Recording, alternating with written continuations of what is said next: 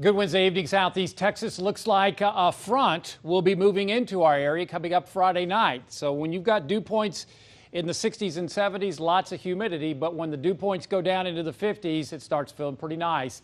And guess what? That front moves on into our area as we head on into Friday night into Saturday. And that may make it feel pretty nice across Southeast Texas this weekend. We still need rain. Don't see that happening, though, unfortunately, as we head through the next several days. As you can see, dew points really take a dive coming up on Saturday, and that means humidity levels will feel pretty nice, pretty low across Southeast Texas. Tonight, looking at clouds on the increase across the area, temperatures still dropping into the mid to upper 70s.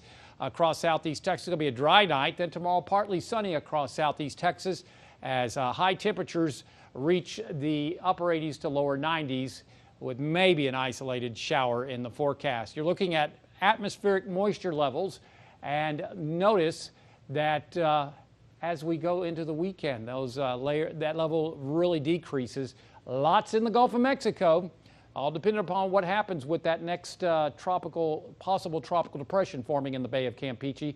But again, quite a contrast across Southeast Texas. Could see some coastal showers possibly by as early as Monday, all depending on what materializes out of that. Sally heading to the north and east, spreading rain and thunderstorm activity through Alabama, eastern Alabama, and also in towards Georgia.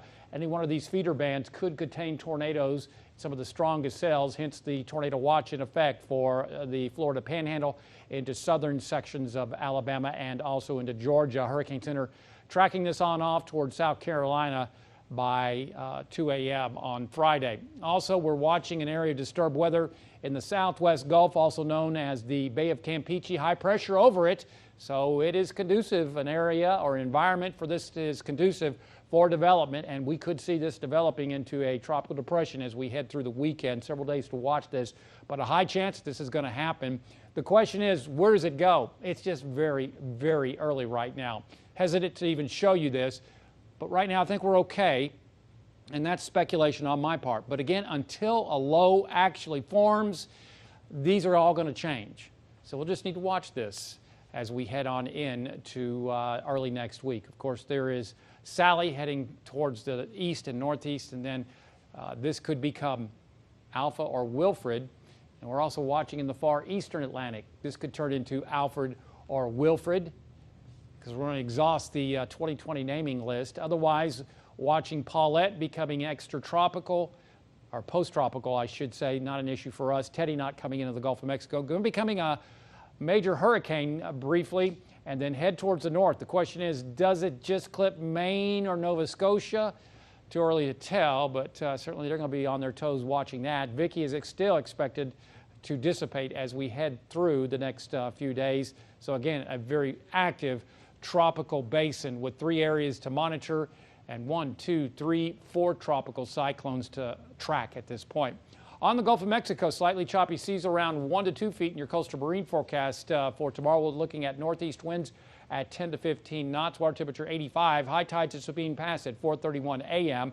and 3:39 p.m. Tonight, mostly clear to partly cloudy. Lows will be into the mid-70s lakes, mid to upper 70s in the triangle with a north wind. Tomorrow, about 90 to the lower 90s. We'll give it a 10, maybe 20% coverage of showers, a low risk. And that's going to be the case right on through Friday. With the Friday night, here comes that cold front. It's not real strong, but it does knock temperatures down a few degrees, and it also knocks humidity levels. Lots of sun expected over the weekend with green bar days, and that will probably last into early next week. Then the big question is what happens on the long-range forecast as we head towards Wednesday due to anything in the Gulf of Mexico. Just too early to say at this point. 20 to 30% coverage seems reasonable to include in the forecast by Wednesday of next week. Download our app, follow us on Facebook and Twitter, and as always, there's more weather at 12newsnow.com.